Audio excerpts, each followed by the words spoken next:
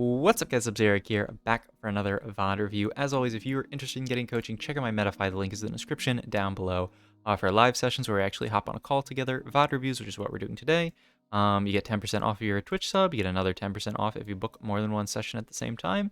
And I also offer these training plans that are like big bundles, multiple sessions, so if you want to get more bang for your buck and buy in bulk, then you can do these. That being said, let's hop, right into the session. They are EU Northeast player, rank is D3. And they said mechanical issues because they ran out of time and struggling to close out games. Feel like they're not rolling at the right times, being too greedy or latching onto a comp that I don't support during rolldown. So there's like a bunch of good stuff we can definitely get into here. And they also left a lot of really helpful comments throughout.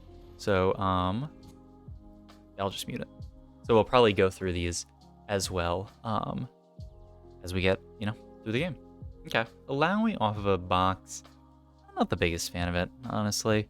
Yeah, though, it's like potentially playable. I don't think, like, first you have to figure out what 2 units you're gonna play here. I kind of like something like a Senna Tom Kench here. And I would just hold the allowy to keep myself open, because imagine we get like a Varus from a box. We could definitely look at this, just like playing Varus reroll this game. Seems pretty straightforward. But I don't, like, just getting these items, I'm kind of completely down to sell the allowy. I'm just not the biggest fan of Varus reroll, but it's not bad. Okay. So yeah, our shop here, there's basically 2 directions we can go. We can go the Jade route with Ashe and Tarek and Karma, and play this Braum, and that can just be our entire board, or we can look to be more of like a Cannoneers board with the Senna. We also would like to hold the Sejuani pair. So, I mean, it's a bit hard to hold everything, right? I would probably field like Senna plus a Tarek, perhaps? You really want to hold on to all the pairs that you can in the early game. So I'm interested to see how you play this. I'd probably end up selling the Heimerdinger in most cases. Yeah, I like holding on to most of these units. The only issue is I'd like to be able to buy the Braum as well. But I mean, I definitely like holding on to these. I guess you could end up selling the Sejuani pair. I guess you can end up just selling these 2 units for Braum, but then we end up losing the Senna pair. It also depends on what we get here. Another Giant's Belt, then some gold here. Yeah, like I'm completely down to just sell, and buy these 2 units. But, it takes a second. Realized too late that I should have brought Braum. Yeah, exactly. So yeah, I mean, I pause here to make it easier for myself, but, and mostly because I'm going on 2 times speed. But in your spot, ideally being able to recognize sell by these 2 is good, but it's a bit hard. So, such is life. And then you try to sell a unit at the last second, and it gets you get more dogged, and you can't pick up the unit of the shop, which is sad. But that's how it is. Well, yeah, actually, you couldn't even buy this. Okay, Terrace Crown, Cannoneer Crown, and Living Forge. These are really interesting options. You pick Living Forge immediately. I think it's a really solid augment. I'm interested to see actually stats-wise which best here. It might be Living Forge. I think Living Forge is really quite strong. You're not going to let me meta TFT? You're going to make me go to Tactics Tools? Okay. So first we have, so it says Cannoneer Crown actually, very, very high win rate, but Living Forge about the same. Living Forge a bit more flexible. Cannoneer Crown, you are kind of forced to play Cannoneers. Okay, let's hop back into the game. Living Forge, somewhere around here. Okay, let's hop back in here. But I'm completely down with Living Forge. I don't think it's a spot where we can ever really take Cursed Crown, because I don't think our board is strong enough to make use of it, nor do we have really insane item slams. Like it probably ends up being Warmogs, which is fine. Okay, so let's see what we get out of the Forge. It's a Black Cleaver. It's not a bad item. Probably goes on like Ashe. Yep, that looks good to me. And then we have to make the decision here. Do we level and try to play a unit? We could even just make 10. Because we don't really need to hold any of these units. The Sejuani pair is nice. If we were to level for anything, I guess it would be Sejuani, just for better frontline. You could potentially play Ezreal as well, but and the other option is just to hold pairs here. I don't completely hate just playing for a loss streak here, not slamming anything and making 10. We're gonna end up leveling for Ezreal here and slamming the Warmogs. Okay. I mean, especially especially in a Diamond Elo, I think it's possible that this board's going to win some fights, but I'm not really confident that we can win streak with 0 upgrades, so we can maybe win some fights. I mean, our augment's gonna do some work for us, but it's like a half a prismatic right now, right? It's not a full prismatic, so if we go up against someone with a really strong prismatic, we should lose. I don't hate this play. I probably would play for Lost Streak, but that's also just me more aggressively playing for Lost Streak, because the higher you go, the harder it is to like win fights with boards like this. So I'd rather just lean into Lost Streak. But I think this is actually a pretty reasonable play. Are you interested in playing this Leona here? Because you kind of have to make a decision here. Swift shot, level up. Interesting. Looks like we're just going to play our current board. I don't know. I think we kind of, especially with the Black Cleaver, I think I would probably play the Leona here. Because Tarek on his own is not very much tankiness. Also, the Guardian synergy synergizes with Warmogs, right? The problem is I'd like to make 10 this turn, ideally. And we'd have to full sell our bench if we don't win. So like hopefully we win, but like looks like this guy's board is quite strong. So I imagine we lose to this. We just don't have a lot of frontline here. So okay, it was on the fence to a shot. Ooh, our Guardian is stronger here. Came to the conclusion that more time with a frontline is better than slightly quicker attacks for Ash. I would agree. Yeah, I think you need Leona here. I mean, one of the biggest things is you just don't have frontline. You have Tarek as your frontline. So I would personally rather just play the Guardians here. We actually end up winning. Wow, which is really nice. But yeah, I think I'm quite sure that the Leona should be stronger here. Also just to synergize with this. We could double level here, theoretically. It's either double level or pre-level. I don't really agree with double leveling. Like, I think this is a stronger board, personally. It's close, though. Both are decent, but I think this is better because we have such a small front line. But I mean, we're going to lose to this person. Probably went 5. Do they have... maybe? Maybe our front line's tanky enough? I mean, they have level up. What I'm feeling from this game is that, man, the Black Cleaver early feels so good. Okay, we just barely lose. Only a 1 unit loss, though. I like the pre-level. Should I have pushed here? So you're talking about, like, double leveling here? I don't think so. The reason is that, like, if we had hit some upgrades, I think it is actually completely reasonable. But we haven't. We haven't hit a single upgrade. So I don't think you can really play for win streak here.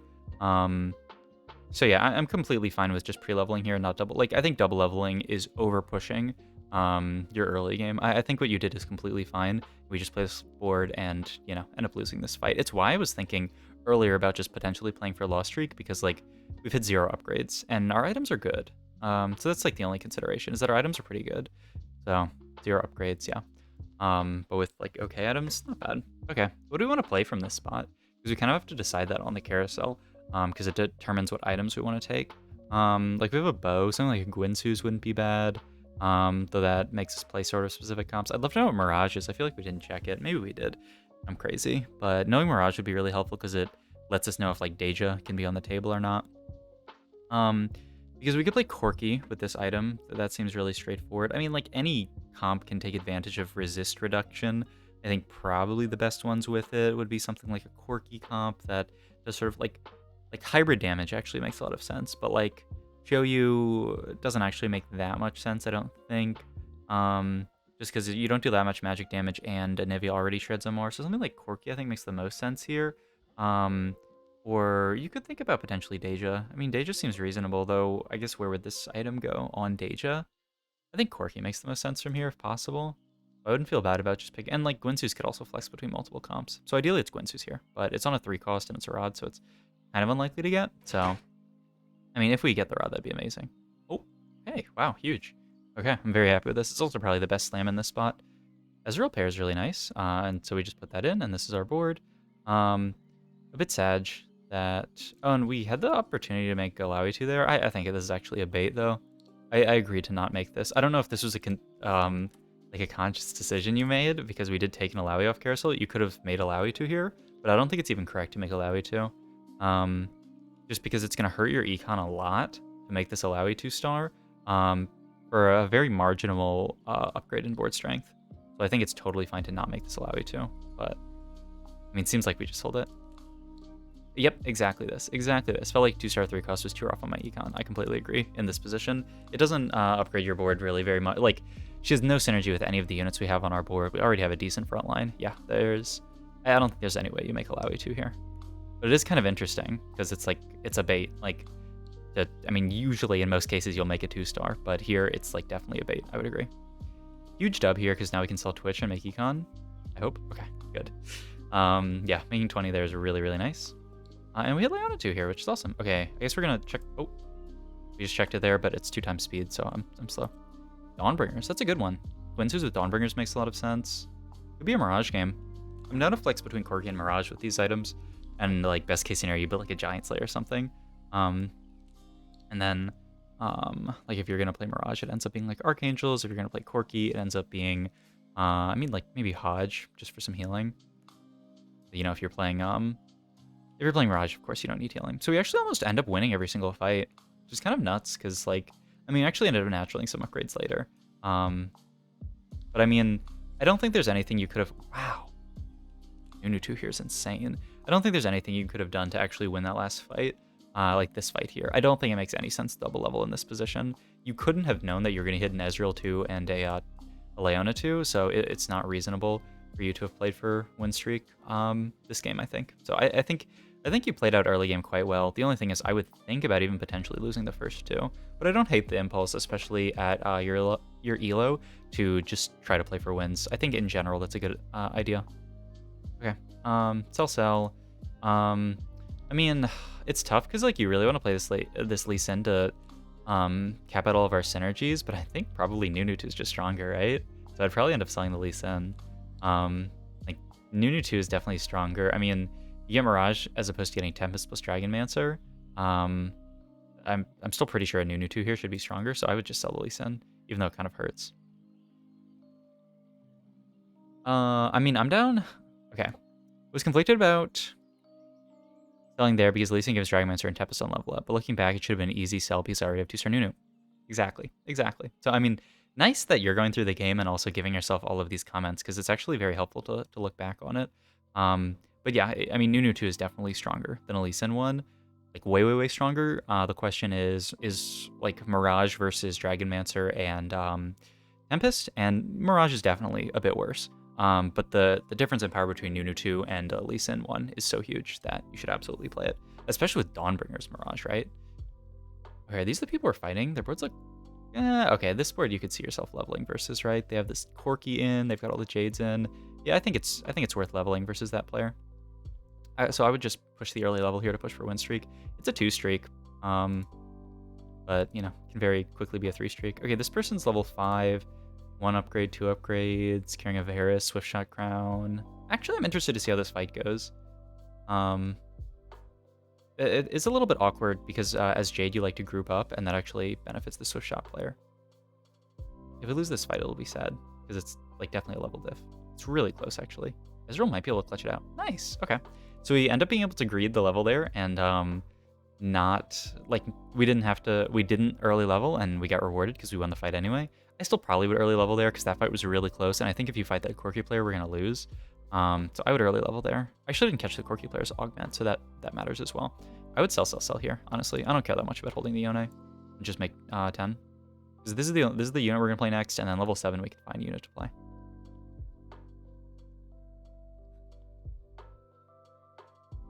Recombobulate Nunu into a 2-star 4 cost? I don't think that's even very good. I would just take like Band of Thieves or Thrill here.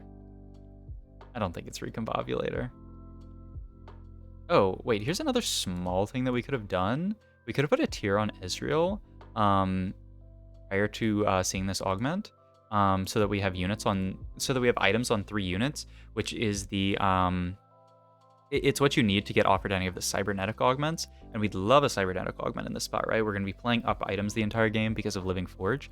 So I'd actually really like to have just put a random tier on Ezreal here so that we can get a cybernetic augment, potentially.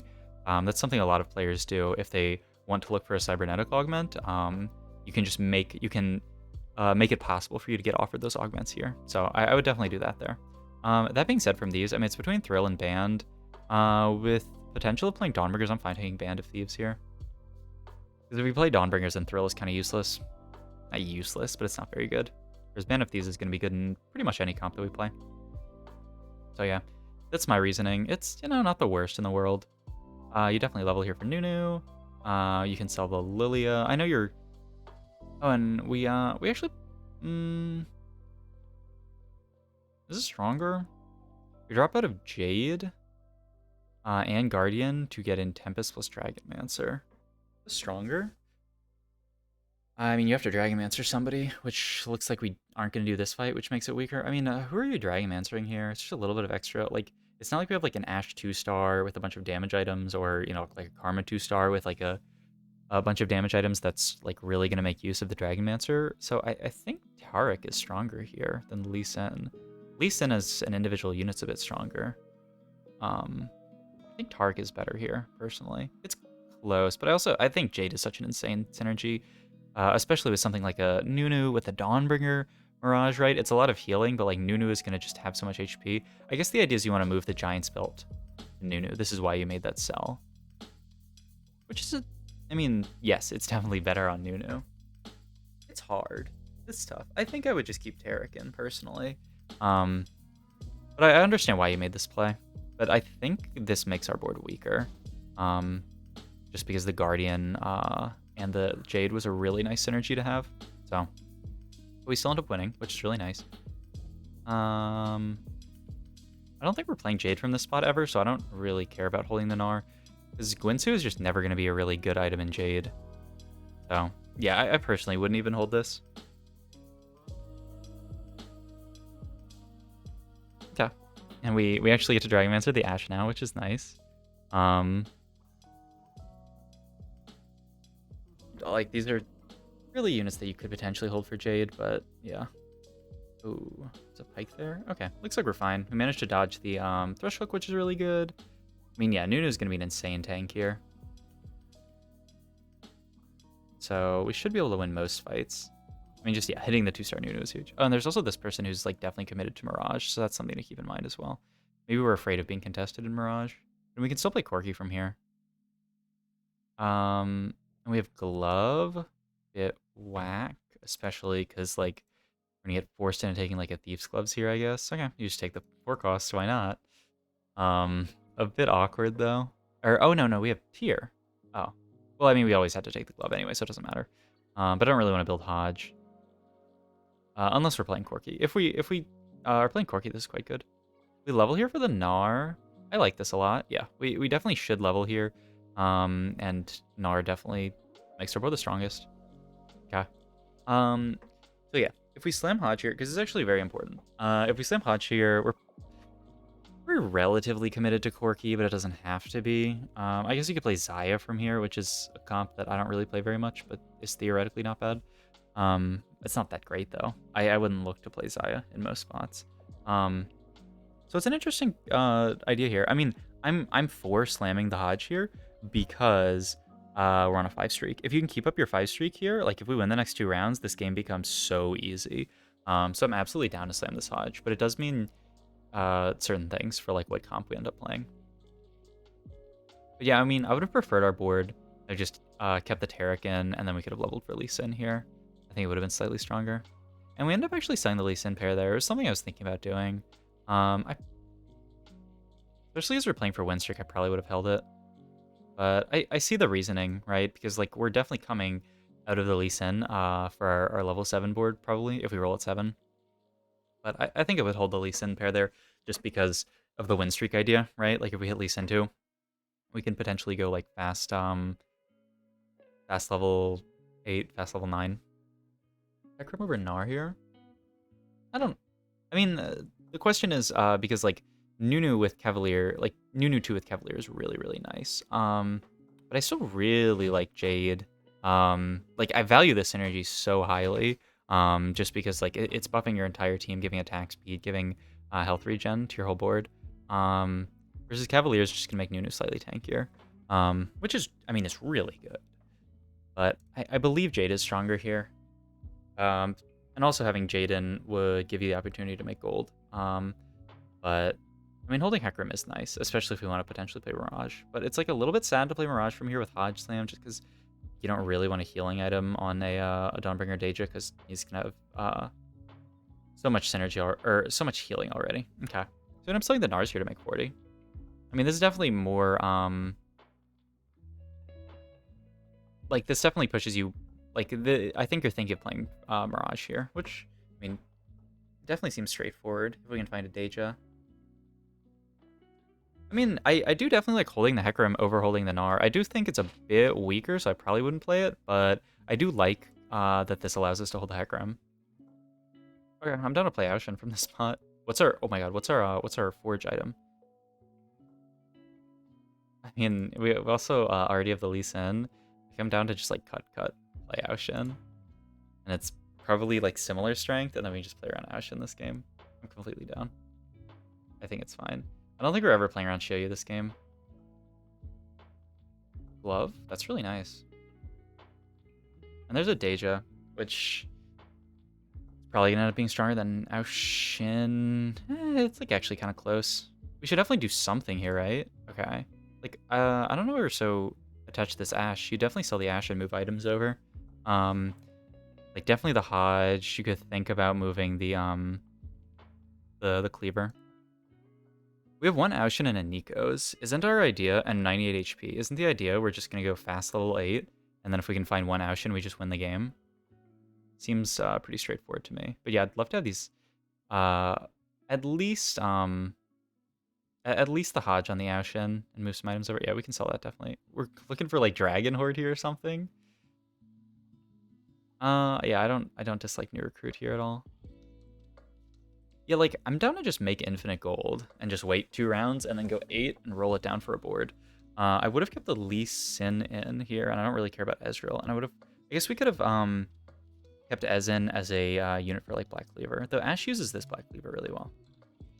Yeah, I feel no need to just roll it down here at 98 HP especially. Like we'll lose our streak, but like kind of who cares? I mean, I know it's not ideal, but yeah, I would just find like any unit to play here. Like I think rolling once here, finding the Rise is totally fine, and then we just chill. And then this is our board, and then we go fast level 8. And if we don't get punished here, like if we win another round or 2, then we can go fast 9. But our board's pretty weak, so like it's very possible we get punished here. I would not be surprised if we lose this round and the next round. Like if we win any of these, we're hard chilling. Okay, but yeah, we lose this one, which makes sense. Our board's not that strong. And also you always have the possibility of high rolling, like just like another dragon, like another Deja here, and then you could potentially just play Deja too. But like, I think with the Aoshin, I'm down for the Aoshin plan. The question is, do you want the Gwynsus on Aoshin? I completely agree with getting Twitch in here, Twitch Rise here, as opposed to, like you play like a Shen. Rise isn't bad though, by any means. Okay, I'm happy with the Rise here. I feel like we probably have enough frontline. It's definitely Hodge here. Yeah, I don't think you really want Gwynsus here, but you can definitely think about it. And then Black Cleaver Hecarim. I mean, he's gonna hit a decent number of units with his ult. It's kind of cute. I mean, it's either like the problem with Ez is Ez isn't gonna like spread his ult on a lot of units, right? He's just gonna be like single target. This is actually probably better than Ezreal. It's really good on Ashe, but we had to sell the Ashe to move items, of course. I was also thinking of maybe like Twitch, but Twitch is already gonna reduce armor. So I don't hate it on Hecarim. It's pretty interesting. With these items, you could look for like a JG. Okay, I guess we can look for like gargoyles for frontline. And this could also be like a Sunfire, because we don't have healing reduction yet, right? So I like picking that up. And it makes Twitch too, which is really awkward. But I mean, we're gonna sell Twitch later. Okay. We're still 87 HP. Yeah, I think we're just gonna chill. And yeah, I completely agree with this. I feel under no pressure here to like hard level up here. I would still hold the Deja though, because like if we miss Aoshin and hit Dejas, then like you just play Deja too, and then you're chilling. But it is a bit contested, right? So like, I mean, and also you'd much rather play for the Aoshin out. But I overall like how you're playing the econ here, because I think at 87 HP we are under no pressure to go level 8 here. You can't go fast 9, but we're just gonna go level 8. Oh, hold the Silas. That's nice, yeah. Like we can't really go fast 9, but we can definitely just go 8 at 5-1 and then roll down all of our gold. And if we hit 1 Aoshin, then we just like kind of win the game. That was an Aoshin 1, wasn't it? Okay, that's good. Okay, so they have an Aoshin 1, which is a bit annoying, but so their items are kind of sus. Like 2 mana generation items, Gwynsus plus Chojin means Aoshin's casts aren't gonna hit that hard. We can definitely cap out our board higher. We need good items off Treasure Dragon. We need to find at least 1 damage item, ideally 2 for Aoshin. Like best case scenario, like Giant Slayer Archangels, or Archangels like Jeweled Gauntlet with the Hodge. I don't know if we'll be able to find that personally, but we'll see. I mean, that's Giant Slayer. We also really need, I guess we have the Hutch, but we also really need a mana generation item, right? So that's actually priority 1. Okay. So priority 1 is mana generation item, and then priority 2 is damage item.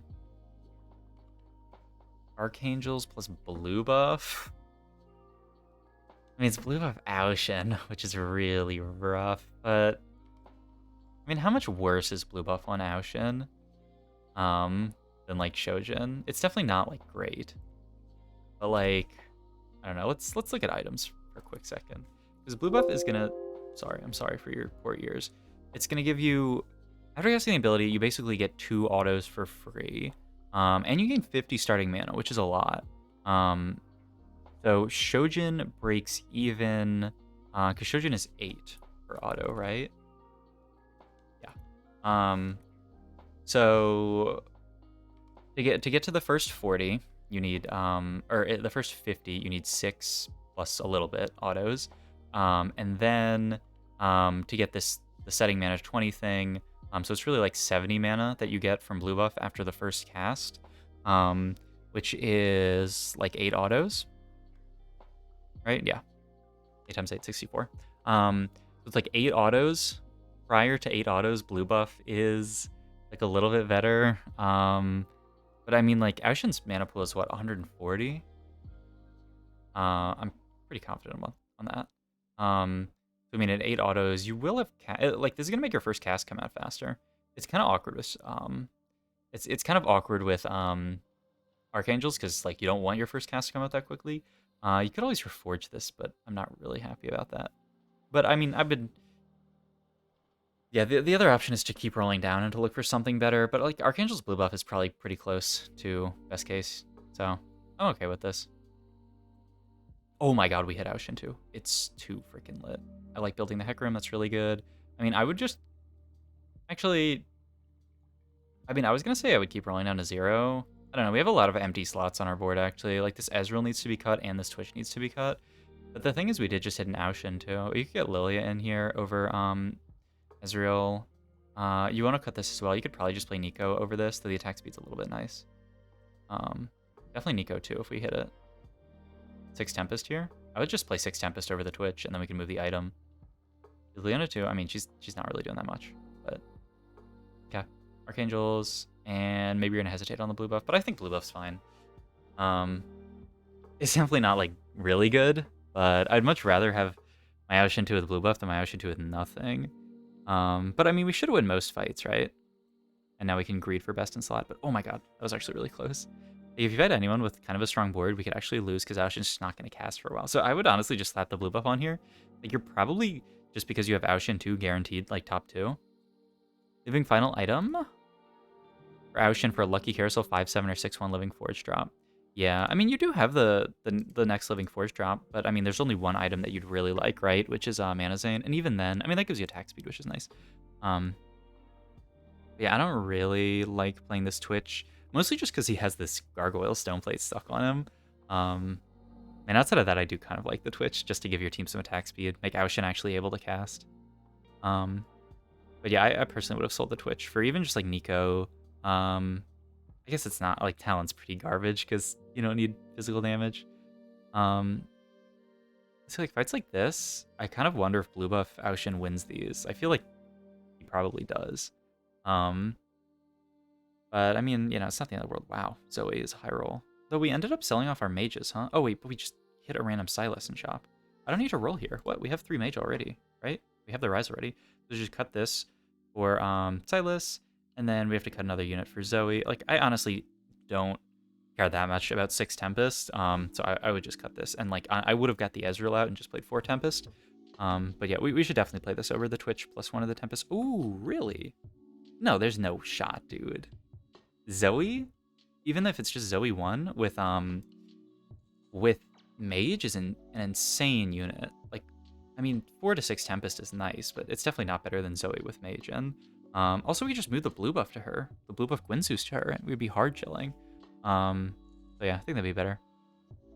Knew I shouldn't have rolled. Yeah, the roll is also, like, we have everything that we need. No need to roll here. But yeah, like here, like, we're actually losing fights because we have this blue buff. Because we don't have this blue buff slammed. Hopefully we get something off Carousel. But I would just, yeah, okay, so it's Another 15% damage and another 50% attack speed. You know, it's definitely nice, but I'm pretty confident that the Zoe would be better. And here is a situation where we get kind of punished because we don't have this blue buff on Aoshin. What the hell are we taking here? The Claw is fine. The Frozen Heart's fine if we keep... I feel like Carousel is one of the weakest part of my game. I'm really bad at identifying what the correct pick is a lot of the time. Is that thunder? Oh my god. It's scary outside. You guys probably couldn't hear that. I mean, you just get rid of a lot of the possibilities that aren't real. Like, we're never taking Jade Spatula here. Swift Shot is actually potentially takeable with Ezreal, but I don't want to play Ezreal on our late game board. So it's really just, do we want Frozen Heart? Do we want Banshee's Claw? Do we want this? I kind of like Banshee's Claw as a way of guaranteeing Aoshin to cast, versus like some comps like Corki that's kind of like the Sona, or even comps that have like a Hecarim frontline. And Locket could be okay. I also would have liked a ZZ Rot just to buy more time. The Frozen Heart is fine if we end up playing Kiana forever, but I don't really want to play Kiana forever because I'd love to get into this mage board. Yeah, I think you're afraid here because you've lost a few fights. But one, we could have just not lost those fights by having blue buff here, and that's why you're rolling. We could have not lost those fights by having blue buff here. And also, I mean, we're so close to being able to go 9 that I don't think, and it's not like we're immediately gonna die, right? We're 58, and like our board's strong enough that we're not gonna take huge losses. So no need to roll here, but I think you understand that. But I think what's happening is that you're nervous here because you think that, you know, you might end up like losing every single fight and going forth, but you just have to like look at your board. You have to stop and look at your board and say, wait a minute, I have a Hecarim too and an Aoshin too. I'm not going to lose a lot of fights here. Or if I do, they're not going to be like huge losses, you know? Watching this, I see myself randomly rolling in some of these spots with cringe. I think I was trying to identify if my board was falling off and trying to hit the lotto on a good roll. Yeah. Exactly. So, like, you are wondering if your board's falling off here. And, I mean, it's not the strongest board in the lobby because we're playing a 2-item Aoshin with no mana generation item. But it's still definitely good enough that you're not going to take a ton of damage. If you were 5 HP here... Wait. I mean, you could be 5 HP, but it's more likely that you're like 8 HP. If you're 8 HP here, I can definitely see rolling down, but you're 58. I see no reason for you to be this afraid. I don't like getting rid of the gargoyles. It's a really good item on Orin. Yeah. I think we just want to get it off Twitch, but I feel fine selling Twitch. Like, his armor reduction is doing nothing for us, of course. I was really lucky that like we had the rest of our team alive, so Aoshin could go off. And Aoshin actually got a kill there. So that was really nice. Like, you see, like, even when we lose, it's a 1-unit loss. So no need to roll. What do we get here? Cold Collector. That's, like, probably the worst possible item, huh? I guess, like, Triforce might be worse. Triforce actually is probably not even that bad. What are we doing with this JG? I don't want it on Aoshin. I want an item that will allow Aoshin to cast. I mean, this does mean Aoshin would be, like, one-tapping people when he casts. Okay. We can just barely level up here. Okay, we're JGing the Aoshin. Okay, I mean, it's better than nothing. I think the blue buff is slightly better, but it's close. And we do have the 6 Tempest in to help him cast, so you could make the argument that it's stronger, but I think I just prefer the blue buff to get an early cast off and potentially get a second cast out. But like, this cast should be popping people. Yeah, and then if we get a second cast off, which is insane, like, yeah, there's no way we should lose that fight. Awesome. Okay. Yeah, this is not on interval, right? So we want to wait one more round to level. I would hold the pike even. I don't really feel a need to level here, honestly. I'm just like leveling off interval for 9 because I'm trying to fit too many actions the turn after I've committed realizing it was off interval. Oh, I see. So you just you want to level here, but you don't realize it's off interval until after you've leveled. I mean, that's just something that, like, I looked at the XP and immediately was like, oh, it's off interval here and we're not about to die, so I'm completely down to level to wait to level on interval here. It's not the worst though. Like late game econ is fake. So like the difference between leveling here and here is really not that big. The difference between improving our board is pretty nice. I just am so confident in our spot that I don't think we need to level there, and that we can just, like, this place makes it much more likely that you'll go third, but less likely that you'll go first, if that makes sense. Like, it improves your lowest placement, but decreases your best placement. So yeah, I'm in general, I'm like mostly fine with leveling here, but I I would wait, just because I don't think it's very like I think we can easily go first from this spot if we play it correctly. I mean, we should have been had mages in for like 10 years. And yeah, like, the problem is these Tempest units, like, 6 Tempest is a cool synergy, but, like, they just don't do anything late game. You definitely want blue buff on Yasuo. I guess you can go Frozen Heart Yasuo. And then, what was our other item? I guess we got it down. Oh, no, it's Guinsoo's. And I would, it's actually really good on Soraka. Soraka's ability gives her extra mana on attack when her allies are low, so getting extra attacks with Guinsoo is really nice. Dude, this Rise is the real MVP for staying alive here, so you don't get Yasuo'd here. Huge. Huge, huge, huge. All right. Carousel here. I'm taking Zephyr. Yeah, Zephyr's perfect. Yeah, you always want Zephyr there. On a late game Carousel, like you pretty much always take Zephyr. Okay, and I'm gonna just keep rolling here. But yeah, our most kept board is gonna be Zoe with mages. But we ended up passing over that Zoe a long time ago, which is a bit sad. I like getting in the Talon here. I think that makes sense. Especially as we have this Rise too. We can so easily get in Zoe. All right. Okay, Zephyr. I think we just a little bit ran out of time there, so we couldn't do all our positioning. We also have Zephyr plus Hook, which is really nice.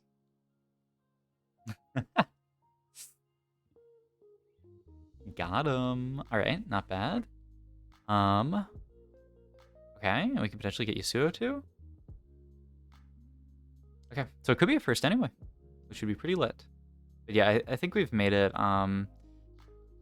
I mean, I think our board's quite strong. What's their board? It's like a really, really capped Mirage board. So this is something we could potentially lose to. Nice. Okay. Good hooks.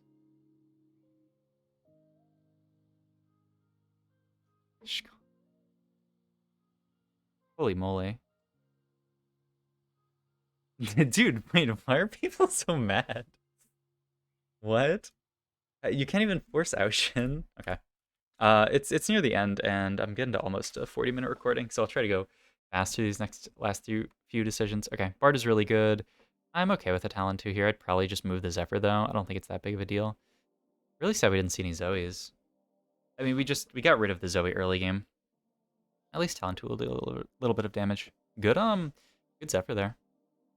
It's a bit awkward having the Zephyr on Talon as well. But yeah, I think like we might not actually be able to cap out our board high enough to win this fight. Just because their board is so good.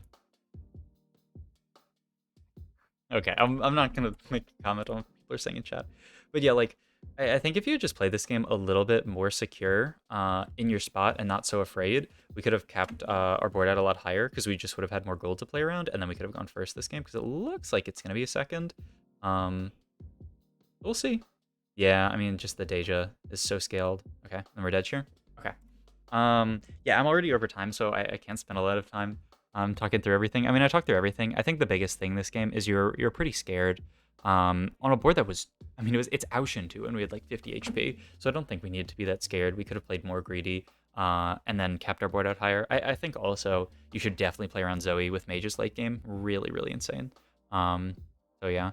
And then as far as early game goes, I mostly agreed with a lot of your decisions, some small stuff. But I mostly agree with your decisions here. Hitting the Nunu 2 is obviously a bit of a high roll that you can't always talk through. Or, you can't replicate that. But, these are the games where you end up playing Ocean. And I think mostly you did things well. But yeah, I think your late game is the thing that needed the biggest improvement. And then all the other little stuff that I talked about. But yeah, hope you enjoyed the review. Hope everyone on YouTube enjoyed it as well. As always, check out Metafy for my TFT coaching. And I'll see you guys next time. Bye.